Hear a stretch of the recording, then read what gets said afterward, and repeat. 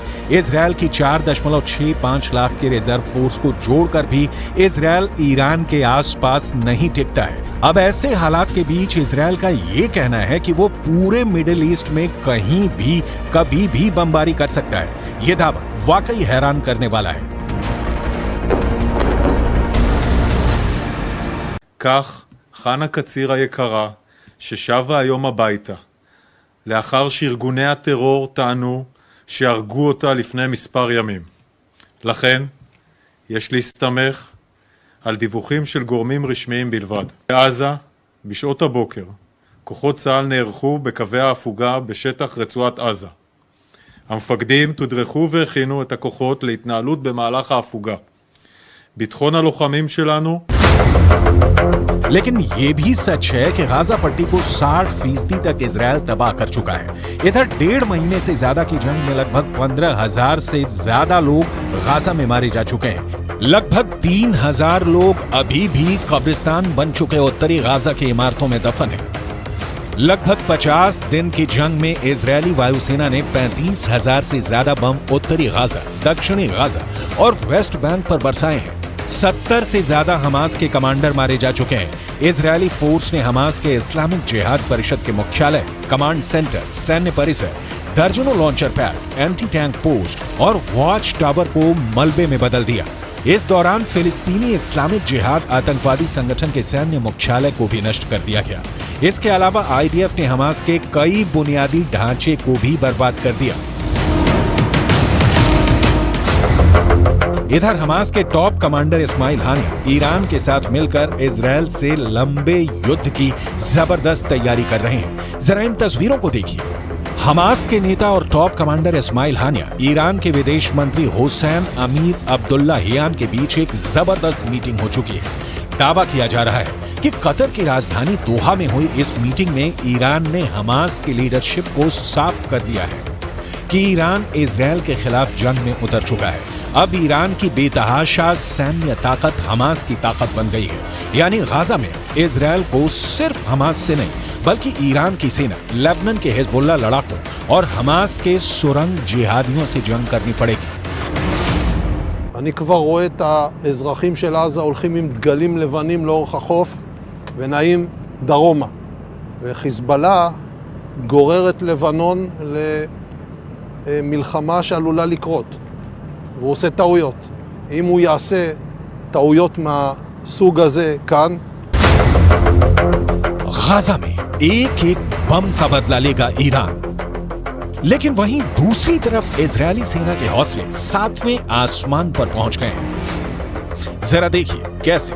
Israel की air force के chief major general टोमेर बार ने एक टीवी चैनल पर ऐलान किया कि जरूरत पड़ने पर पूरे मिडिल ईस्ट में कहीं भी बम गिराए जा सकते हैं। इजरायली वायुसेना प्रमुख की ओर से आए इस बयान को खास तौर से ईरान और हिजबुल्लाह के लिए चेतावनी की तरह देखा जा रहा है। इजरायल की वायुसेना चीफ ने कहा है कि हम हमास पर चौतरफा हमले कर रहे हैं, उसको जमीन पर और जमीन के नीचे मार रहे हैं। हमारे जवानों ने हजारों आतंकवादियों और उनके ठिकानों पर हमला किया है। हमने हमास को खत्म करने की कसम खाई है और हम उनको चुन चुन कर खत्म करेंगे। हमास के किसी भी ठिकाने और मददगार को नहीं छोड़ा जाएगा। इजरायल की वायुसेना पूरे मध्य पूर्व में जहां भी जरूरत होगी वहां कार्रवाई के लिए पूरी तरह से तैयार है।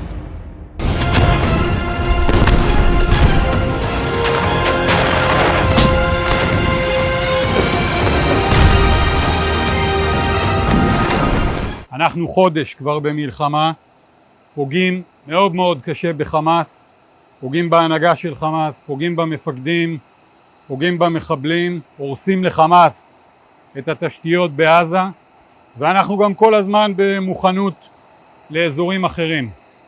הבסיס הזה יודע להגיע. हमास की मौजूदा सैन्य क्षमता को देखें तो उसके पास ज्यादातर ईरान के दिए हथियार हैं। इजरायल पर मौजूदा हमले में फज्र 3 और फज्र 5 रॉकेट का इस्तेमाल किया जा रहा है।